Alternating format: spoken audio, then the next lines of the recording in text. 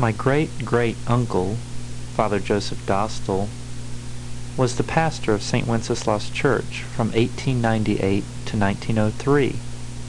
He was the first Dostal to arrive in America. In this photograph, the church appears as it did in Father Dostal's time.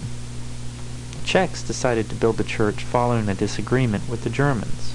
The Germans had constructed St. Clement's Church, seen here, about a mile from town, but they denied the recent Czech immigrants the opportunity to worship in the church. So the Czechs decided to build a church of their own in the spring of 1860. The 70 families who lived in the area helped with the construction. Even the women and children assisted by carrying stones in their aprons and mixing mortar. The limestone was hauled from nearby quarries by oxen.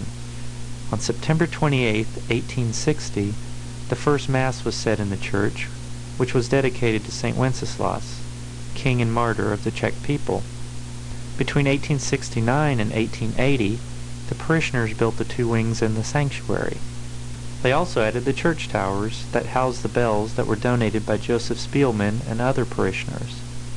The 4 bells are between 4 and 6 feet tall. In 1876, a new pipe organ was installed. This photograph shows the parishioners on organ dedication day. The pipe that runs across the ceiling was connected to a furnace that heated the church. The organ was from the Pfeiffer Company in St. Louis. It is estimated that the organ cost the parishioners $1,300. It is the same organ that Dvorak played during his visit in the summer of 1893. The organ was recently remodeled at a cost of $45,000 and was rededicated on August 25, 1996. In 1889, the stained glass windows were installed. The windows on the north side of the church were made in Ohio and are less complex than those on the south side. The windows on the south side were made in Europe and are considerably more ornate.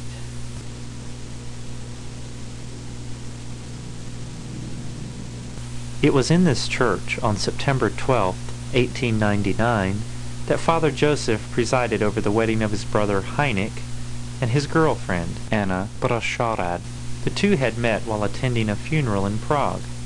Anna was born on January 6, 1876, in Bohemia. Her father was a doctor of law. Her mother had died the previous year on January 29, 1898. A cemetery surrounds the church. The oldest section is located on the southeast section of the church property. Here you will find the tombstones of Joseph Spielman and his wife. Many of the graves of the early settlers have cast iron markers. These were made locally by Charles Andera Sr., who also crafted the altars in the church. He lived in this house on South Main Street. The house was torn down during Father Joseph's time, but the wood was used to build a post office and funeral home, which still stand today. Mr. Andera was a carpenter, wood carver, furniture maker, coffin maker, photographer, as well as the manufacturer of the Iron Cross grave markers. Mr. Andera began making the crosses in 1875. They were first carved in wood, then a plaster form was made.